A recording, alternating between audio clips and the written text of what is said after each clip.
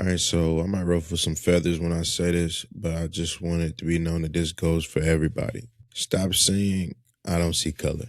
Just quit it. Quit it. It's time to retire the phrase completely. I know a lot of y'all mean well when you say it. You're trying to communicate something good. You're trying to basically say, I'm not prejudiced, whatever. But it sounds silly for a lot of reasons. I want to separate between two groups here. So the first group is people who are meaning it to try to communicate, hey, I don't judge people based off of their color. There are a lot of that. There's another group that absolutely judges people based off their color. They know that they're racist or prejudiced, and they say I don't see color as a way to just morally justify their prejudice, I guess. They try to hide real prejudices behind like moral language. This video is mainly about group one, but we'll talk about how just the usage of the term in general helps group two kind of hide in plain sight. And look, this isn't just about semantics, right? These ideas affect real people, real kids that are being raised, real communities, real relationships. And to really love your neighbor as yourself, you have to see them, right? You have to know them.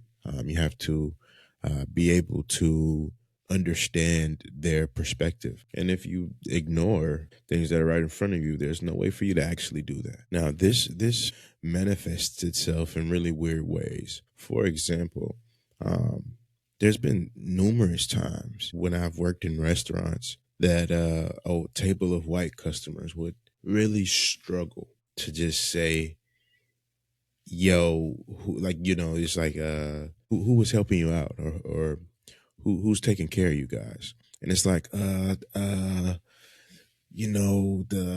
guy with the hair, it's like they're super uncomfortable just to say, yo, the black guy over there. Yo, the black dude with the, the black dude with the lock, the black dude with the afro, whatever it is. And I think that speaks to something subconscious. You're stumbling over your words and looking uncomfortable just because you don't want to say black. You don't want to acknowledge that you see black. And I'm like, yo, it's okay. Like, I'm black. You know what I'm saying? I'm black. I'm and happily so. I wouldn't want to be anything else. But the thing is, if you can't acknowledge something as basic as someone's race, how could you ever actually understand their experience or recognize what's important to them? How can you actually ever know someone as a person if you can't acknowledge those basic things? You can't. It's like being a neighbor with somebody for 40 years and not knowing anything about them.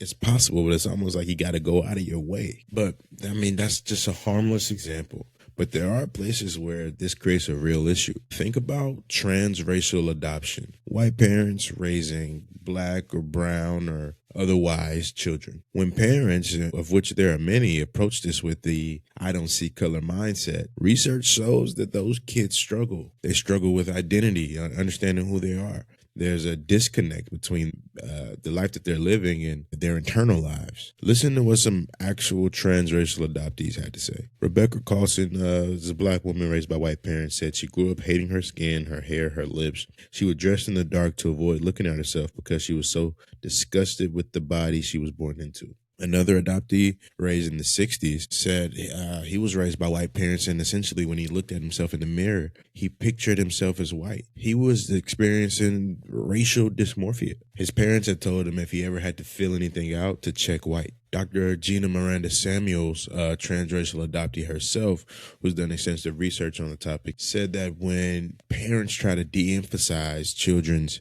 natural heritage, quote, it actually created parent-child rifts and a sense of disconnection into adulthood. She made the point that when these kids inevitably face racism and prejudice in their lives, they're left without that parental support and guidance, which, as you can imagine, is all the more hurtful as an adoptee. Here's the truth that a lot of well-meaning adopting parents are missing. As one adoption expert put it, in seeing them in that colorblind way, you are not protecting them. You are not preparing them to grow up and be an adult. You may feel like you're gaining moral high ground by ignoring something obvious, but your child won't have that luxury. The world will see them, and the world will treat them based on the facts that you refuse to acknowledge. And then what happens? They'll be underprepared, and they'll likely feel alone. And that's not love. That's erasure dressed up as equality. But you know, what I think is at the root of this issue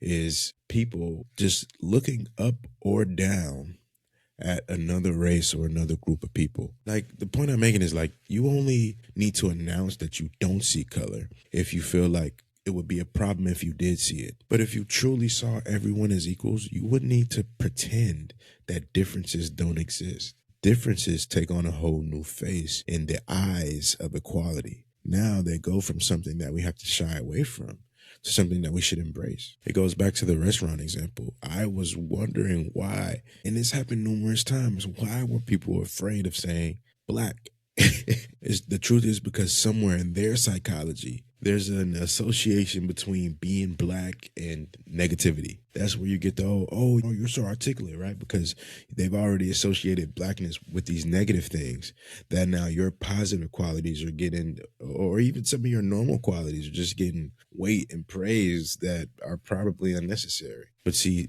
differences aren't our problem, right? Hierarchy is. Refusing to acknowledge basic facts and differences about each other. These are the real issues. If we're serious about loving each other, right, we have to get serious about seeing each other, and that goes in every direction. If we use Jesus as an example, the Samaritan woman at the well, he didn't act like she wasn't a Samaritan. He didn't act like she wasn't in sin, but he loved her and honored her just the same. That is the model. But anyways, the point is, whether you're in group one and you've used this phrase in a well-meaning manner, or you're group two and you know you're a racist and you just lying saying you don't see color because you feel like it'll expose how you really feel, the result is the same. You're creating distance. You're preventing a real relationship, because when we can't name what we see, then there's no way to foster a positive and meaningful relationship. So the point is, stop saying I don't see color. I mean, in today's day and age, we need to clearly see what's going on. Every sense needs to be working. Instead, say, look, I see that you are XYZ. I'm committed to understanding what that means. I'm committed to understanding what's important to you in an effort to love you as my neighbor. For the Christian, we have to take these things seriously. We have to put effort into loving as Christ would. And he wouldn't love any of us as some colorless, run-of-the-mill abstraction. Each of us is an individual with individual qualities that God chose for us, and he loves us for those reasons. And that's what true love looks like, right? That's what true healthy relationship looks like. When we get this right, parents who inevitably will adopt transracially can raise children still secure in their full identity. Neighbors can actually know and love each other and have meaningful dialogue. We can address real issues without just pretending that they don't exist. And it's harder for people to hide racism and prejudice under pseudo-loving language. It's okay to say black. It's okay to say white. It's okay to say Latino.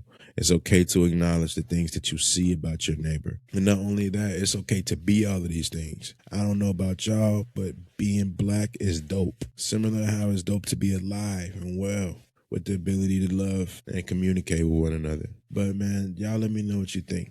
Have y'all heard people say this before? Have you said it before? Are there black people out there who have you been using the phrase? Y'all just let me know how y'all feel. Spread this if you think it's important. Peace.